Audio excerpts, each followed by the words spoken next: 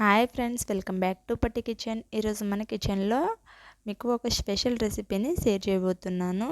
అదంటే నేనైతే ఒకసారి హోటల్లో తిన్నానండి ఈ దోశని. టేస్ట్ అనేది చాలా బాగుంది. ఇంట్లో చేస్తే కూడా ఎలా వస్తుందా అని అనుకున్నాను. సో ఒకసారి ట్రై చేసి మీతో షేర్ చేయాలి అనుకున్నాను. సో ట్రై చేసి తిన్నానండి. చాలా చాలా బాగుంది. అందుకే ఈ రెసిపీని మీతో షేర్ చేయబోతున్నాను. సూపర్గా ఉంటుంది. ఎలా చేయాలనేది వీడియోలో చూసేద్దాం. దీనికోసం ఒక గిన్నె తీసుకొని దీంట్లో నేనైతే రేషన్ బియ్యమ్స్ ఉంటాయి కదా, దొడ్డు బియ్యం అండి. ఈ బియ్యాన్ని నేను 3 కప్స్ వరకు తీసుకుంటున్నాను. సుమారుగా 3 కప్ అయితే తీసుకుంటున్నాను. సో మీకు క్వాంటిటీ ఎక్కువ కావాలంటే మీకు కావలసినంత తీసుకోవచ్చు.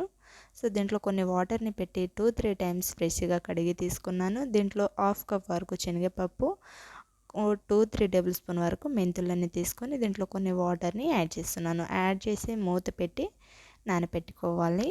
సో ఇంకో బౌల్ తీసుకొని నేను మినపప్పుని తీసుకుంటున్నాను. 1 కప్, 3 కప్కి 1 కప్ మినపప్పు అయితే పర్ఫెక్ట్ మెజర్మెంట్ సరిపోతుంది. దీన్ని కూడా నానబెట్టి తీసుకుంటున్నానండి. నేను మినపప్పు, మీరు గుండ్ల మినపప్పు తీసుకున్నట్లయితే బియ్యంలోనే కడిగి తీసుకోవచ్చు. సో నేను పొట్టుతో తీసుకున్నాను కాబట్టి అట్లా పక్కన పెట్టేసి తీసుకున్నాను. 5 to 6 అవర్స్ పాటు నానబెట్టాను. నాకైతే చక్కగా నానిపోయింది. ఎక్కువగా నానబెట్టుకున్న దోశలు అనేది సరిగా రావు. సో దీన్ని ఇలా నానబెట్టుకొని మినపప్పుని దీంట్లో ఉన్న పొట్టంతా పోయేంత వరకు 3-4 సార్లు బాగా కడిగి తీసుకోవాలి. ఇలా కడిగి తీసుకున్నాక ఒక మిక్సీ జార్ తీసుకొని దీంట్లోకి మనం నానబెట్టుకున్న బియ్యాన్ని యాడ్ చేసేసుకోవాలి. యాడ్ చేసి మూత పెట్టి మెత్తగా గ్రైండ్ చేసి తీసుకోవాలి. నేను చూపిస్తున్న క్వాంటిటీలో గ్రైండ్ చేసుకుంటే పర్ఫెక్ట్గా సరిపోతుంది. సో ఇలా గ్రైండ్ చేసుకొని ఒక గిన్నె తీసుకొని దీంట్లోకి యాడ్ చేసేసుకోవాలి. ఇదే ప్రాసెస్లో ఉన్నదంతా గ్రైండ్ చేసి తీసుకోవాలి. సేమ్ క్వాంటిటీలో ఇలా మెత్తగా మనకి రెగ్యులర్గా గ్రైండ్ చేస్తూ ఉంటాం కదా దోశ పిండిని, సేమ్ అదే ప్రాసెస్లో గ్రైండ్ చేసుకోండి. మీ దగ్గర గ్రైండర్ అవైలబుల్లో ఉంటే ఇంకా దోశలు అనేవి చాలా బాగా వస్తాయి. గ్రైండర్లో కూడా మీరు గ్రైండ్ చేసుకోవచ్చు. ఈ పిండిని మనం ఒక పెద్ద గంటె తీసుకొని ఒక సైడే ఇలా కలుపుకుంటూ తీసుకోవాలి.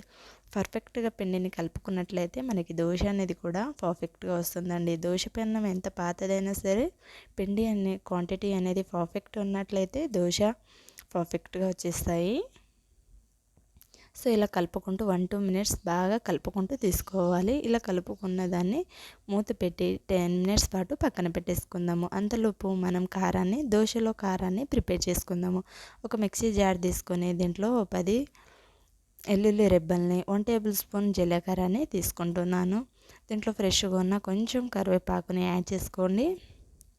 ఎండు కొబ్బరి ముక్కల్ని అండి. ఎండు కొబ్బరి ముక్కలు ఫ్లేవర్ అనేది చాలా బాగుంటుంది. దీంట్లో ఎర్ర కారాన్ని 2 టేబుల్ స్పూన్ వరకు తీసుకోండి. 1/2 టీ స్పూన్ సాల్ట్ని కూడా యాడ్ చేసేసుకొని దీనికి మూత పెట్టి గ్రైండ్ చేసి తీసుకోవాలి. సో ఇలా కచ్చాబచ్చాగా గ్రైండ్ చేసి తీసుకున్నాక దీన్ని మనం పక్కన పెట్టేసుకొని స్టవ్ మీద ఒక కడాయి పెట్టి కారాన్ని పోపేసుకుందాము, ఎల్లిపాయ కారాన్ని. సో దీంట్లో 1-2 టేబుల్ స్పూన్ వరకు ఆయిల్ని వేసుకొని కొంచెం శనగపప్పు, మినపప్పు, ఆవాలని తీసుకుంటున్నాను పోపుకి. కొంచెం 1/2 టీ స్పూన్ జీలకర్రని కూడా యాడ్ చేసేసుకోవాలి. సో వీటిని యాడ్ చేసేసి ఒక ఎండుమిర్చిని యాడ్ చేస్తున్నాను, కొంచెం కరివేపాకుని ఇలా యాడ్ చేసేసి మనం గ్రైండ్ చేసి పెట్టుకున్న కారాన్ని దీంట్లోకి యాడ్ చేసేసుకోవాలి. యాడ్ చేసేసుకొని 1-2 మినిట్ పాటు ఫ్రై చేసుకుంటే మనకి దోశ మీద కారం అనేది ఎంతో రుచికరమైన కారాన్ని ఇలా ప్రిపేర్ చేయొచ్చు. సో ఈ కారం అనేది కంప్లీట్గా ఇలా యాడ్ చేసేసుకొని కలుపుకొని తీసుకోవాలి. ఇలా కలుపుకుంటూ తీసేసుకొని మనం దీన్ని సిమ్లో పెట్టి 1-2 మినిట్ పాటు ఫ్రై చేస్తే మనకి కారం అనేది పచ్చివాసన పోయేంత వరకు ఫ్రై చేసుకుంటే టేస్ట్ అనేది బాగుంటుంది దోశలోకి. సో ఇలా రెడీ అయ్యాక స్టవ్ ఆఫ్ చేసేసి మనం ఇది ఒక బౌల్లో తీసి పక్కన పెట్టేసుకుందాము. ఇలా పక్కన పెట్టేసుకొని మనం పక్కన పెట్టిన దోశ పిండిని ప్రిపేర్ చేసుకుందాము. దీంట్లో అయితే నేను కొంచెం పిండిని యాడ్ చేస్తున్నానండి. క్వాంటిటీ అనేది ఎక్కువ తీసుకున్నాను కదా, మీరు తక్కువ తీసుకుంటే పిండి అనేది ఒకేసారి కలుపుకోవచ్చు. అంత ఒకేసారి కలుపుకుంటే మనకి నెక్స్ట్ డే పిండి అనేది పనికి రాకుండా పోతుంది. సో మనకి కావాల్సినంత తీసుకొని దీంట్లో కొంచెం సాల్ట్ని యాడ్ చేసేసి, మనకి దోశ కన్సిస్టెన్సీ రావాలి కదా పిండి అనేది, అందుకోసం కొంచెం వాటర్ని కూడా యాడ్ చేసి ఇలా కలుపుకొని తీసుకోవాలి. పర్ఫెక్ట్గా ఇలా కలుపుకొని దోశ పిండి అనేది నేరీ లూజ్గా కాకుండా నేరీ గట్టిగా కాకుండా ఈ క్వాంటిటీలో తీసుకోండి. ఇలా తీసుకొని పక్కన పెట్టేసుకున్నాక స్టవ్ మీద మనం దోశ ప్యాన్ని పెట్టి బాగా హీట్ చేసి తీసుకోవాలి. ఇలా దోశ పెనం అనేది బాగా హీట్ అయ్యాక దీని మీద దోశని వేసుకుంటే మనకి ఎంతో రుచికరమైన దోశ అనేది రెడీ అయిపోతుంది. సో దీని మీద మనం ఫస్ట్గా ప్రిపేర్ చేసుకున్న కారాన్ని యాడ్ చేసుకోండి. ఇలా కారాన్ని యాడ్ చేసేసి దీని మీద కొంచెం ఆనియన్ని కూడా యాడ్ చేస్తున్నాను.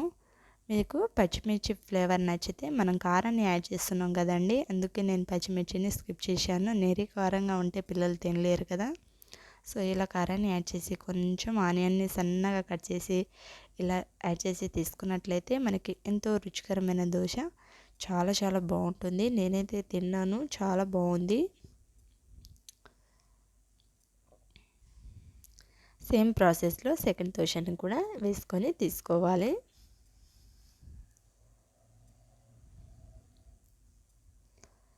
సేమ్ ప్రాసెస్లో కారంని యాడ్ చేసేసుకొని